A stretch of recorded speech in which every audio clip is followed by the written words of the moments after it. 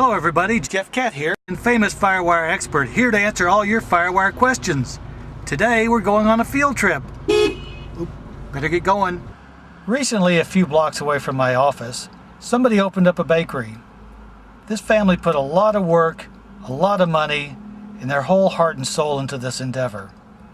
This is going to be their primary source of income.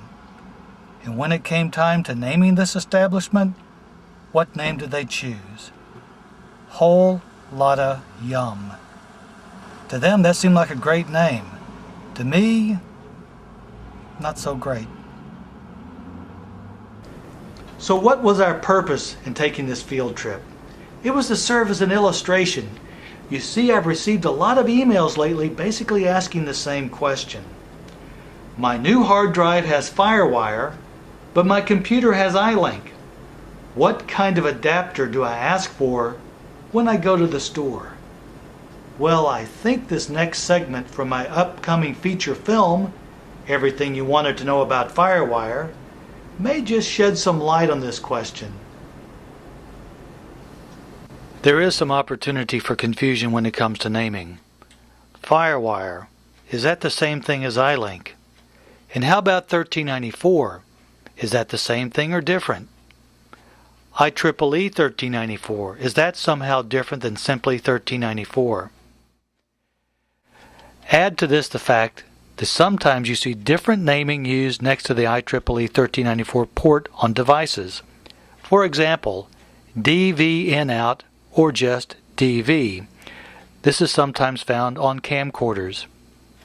Some televisions refer to it as DTV Link, a name which originated with the CEA Association. And finally, in some list of acronyms, I see the term HPSB, also known as High Performance Serial Bus, used in reference to 1394. However, I have never heard this used in the industry. So why so many different names? Well, first let me give you some history. Back in the 1980s, Apple came up with something cool, a high-speed serial bus. They needed a name. First name Chef Cat, after Michael Tiener's coffee mug. Needed better name. FireWire. Everybody liked it. One problem. Sony didn't like it. You see, speed's important to the computer. Speed's not important in the TV. Therefore, to Sony, FireWire sounded like a safety device, not like a cool high-speed serial bus. Sony came up with the name iLink, which doesn't sound like anything, but people in Japan like it, so it's okay with me. The 1394 Trade Association didn't want to take sides, so they stayed with the technical name, 1394. So we're left with a lot of different names.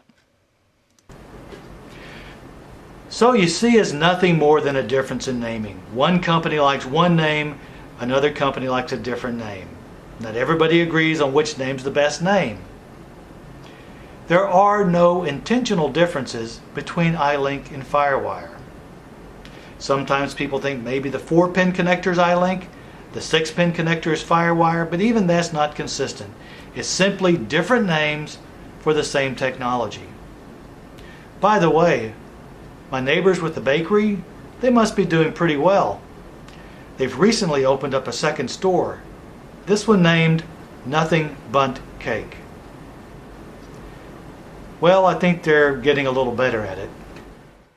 This is Jeff Cat, wishing you the best of luck in all your FireWire endeavors.